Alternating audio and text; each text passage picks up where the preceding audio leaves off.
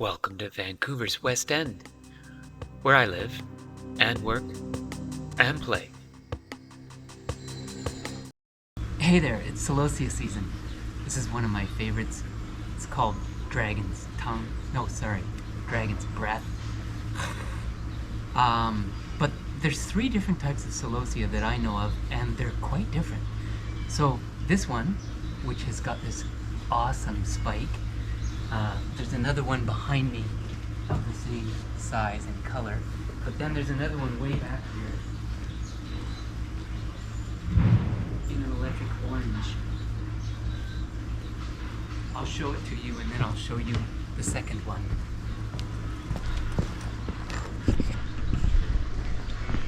So there's the Dragon's Breath. And this is also a Dragon's Breath, I guess. I don't know. I didn't see the name particularly. It's in a sculpture of mine that used to be the exhaust of a rocket. Actually, Elon Musk's rocket. Long time ago. Anyway, these are pretty, eh? Sirius coleus at the back there. Let's take a look at the second type.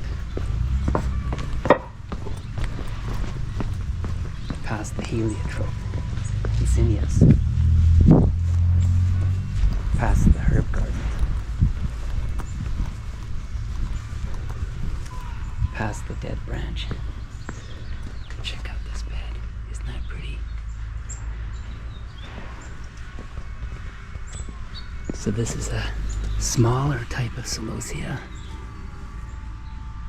but similar spikes.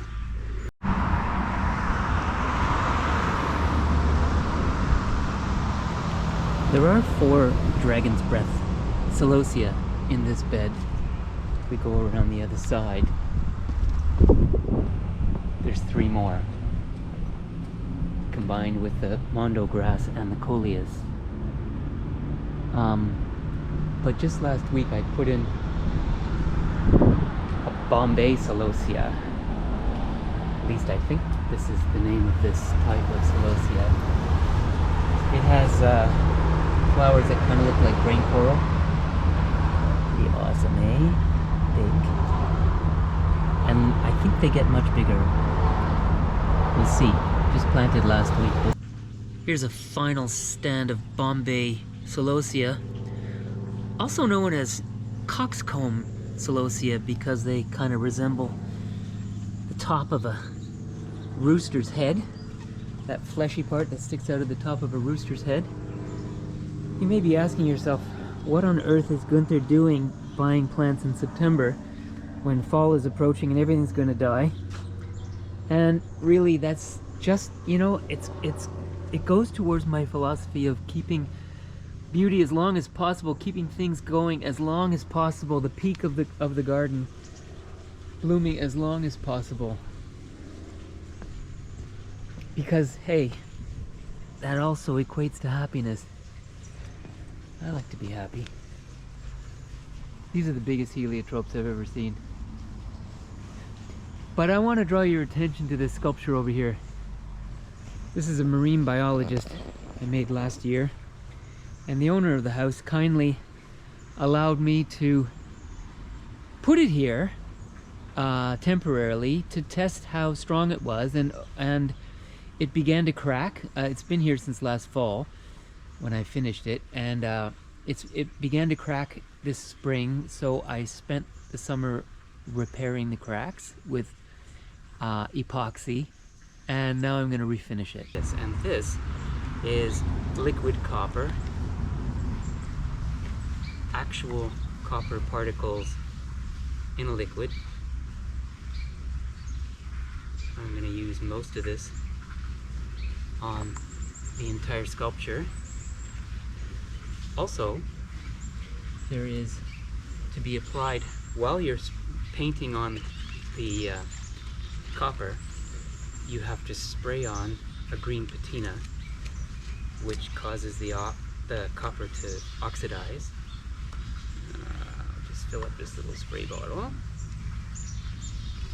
This is a mild, I don't know how mild, probably shouldn't get it on my fingers, acid. and it will cause the copper particles in that paint to rust. Got a little acid spray here. I'm just going to soak it up with the brush, which will start to affect this copper as soon as I dip it in. I'm going to start with the flippers and work my way straight through the body. Here we go.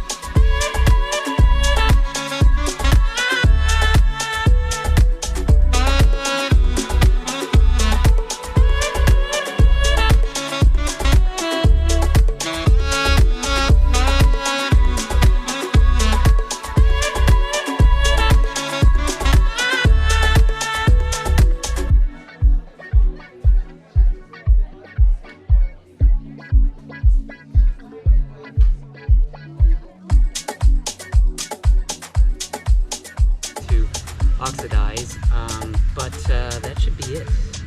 You can see I didn't do the face, so that's going to remain the old finish. There's no cracks in it. And same with the wheel. The wheel's uncracked, so there'll be a little different finish than the rest of it, which might work, I hope. I have a feeling the repair job is not over yet, but this at least will hopefully last the winter.